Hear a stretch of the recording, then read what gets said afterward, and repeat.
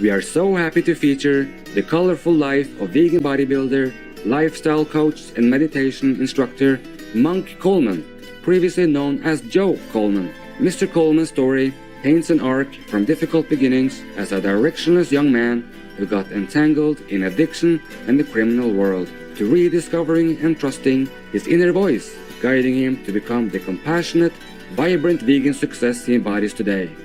Let us begin by finding out how Joe turned into Monk.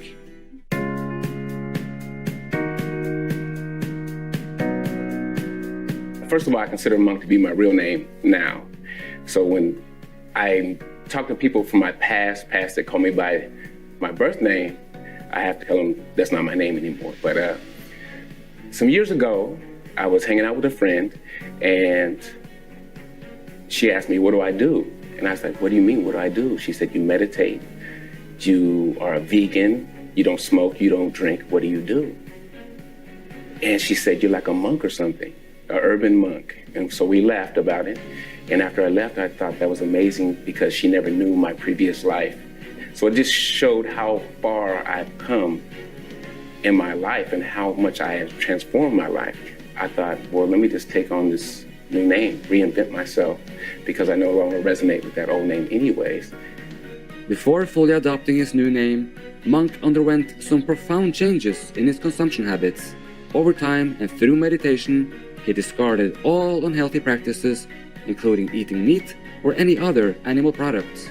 How and when did he get to that point? There was no motivation for me to stop eating meat. I had no desire to stop eating meat. It didn't even cross my mind. But a few years before I stopped eating meat, I was killing myself with my lifestyle. And I didn't know what to do. And then I started having physical symptoms that I was killing myself. And I had to do something. And I don't know why the universe told me to look up meditation, but I did. And when I did and I started sitting down, things started to change in my life.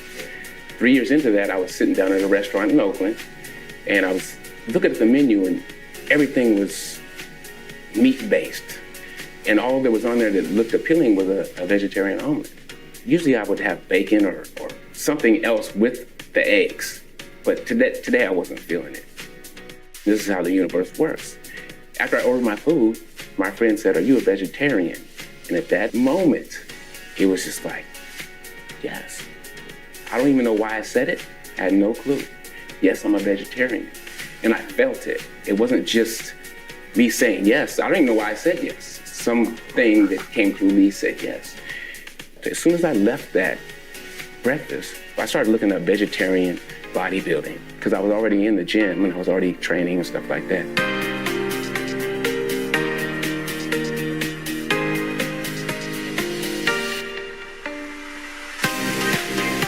After he stopped eating meat, Monk felt sure that he was no longer hurting anyone. A few years later, though, when he started to notice the word vegan appearing more often during his research into vegetarian bodybuilding, he began to dig deeper, only to discover the sad truth about the processes behind other animal products, such as eggs and milk.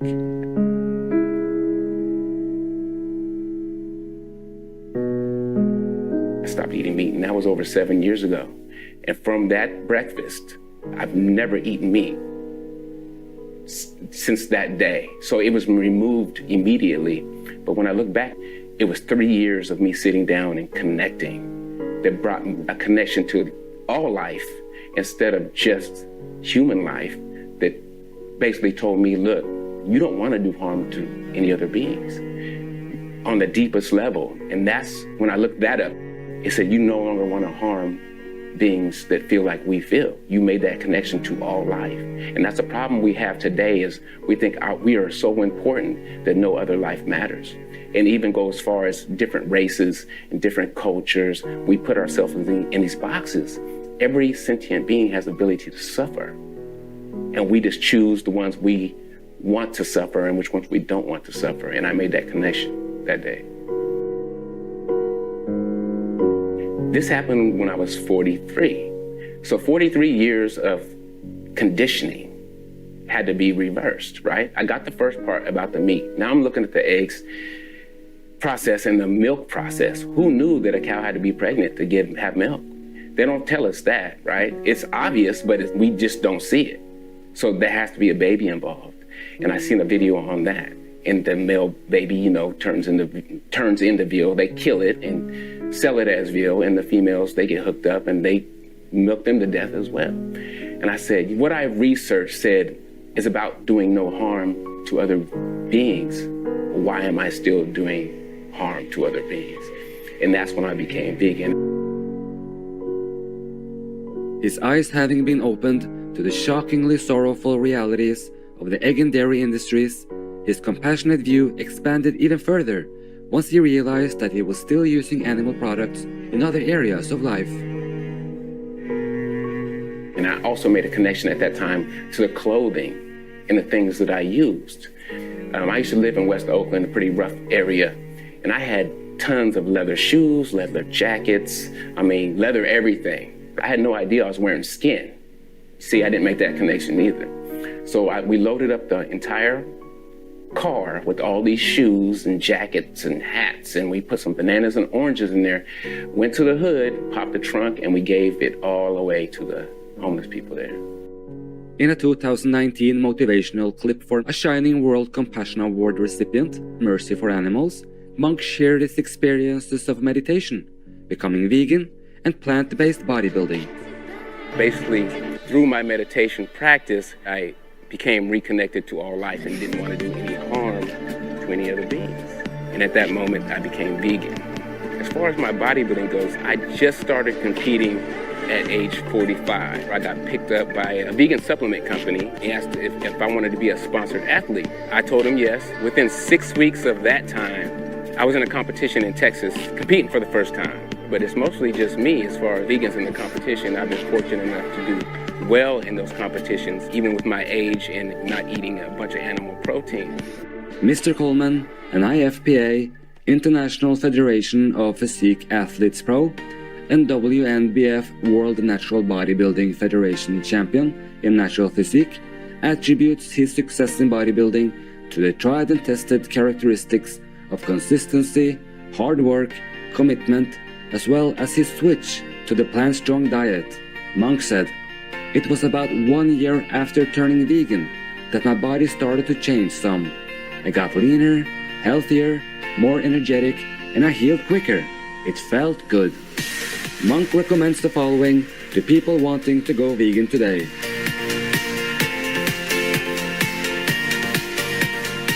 My advice for anybody that wants to go vegan is to do some research. There's all kinds of good information out there. There's nothing bad about going vegan. In fact, just the opposite. It's a win-win-win for the animals, your health, and the planet. With each new discovery on the road to veganism, Monk's compassionate lifestyle keeps bringing about positive physical changes, as well as deeper insights into life itself, a further opening of his heart and mind. Through meditation, it became apparent to Monk that there are forces stronger than our conditioned lives if we allow ourselves to tap into them. To learn more about Monk Coleman, please visit monketernal.com. Beloved Supreme Master Ching Hai pointed out the benefits of meditation during a conference in Auckland, New Zealand in 2000. Once we go into a higher level, we can look down and see what's wrong in our life. And we can fix different departments and make our life better. That's why meditation people, they become happier and their life smoother. They're clearer, everything better for them automatically. Seek you first the kingdom of God, and all the things shall be added unto you. That's what it means. Lovely viewers, it has been wonderful to have your company for today's program.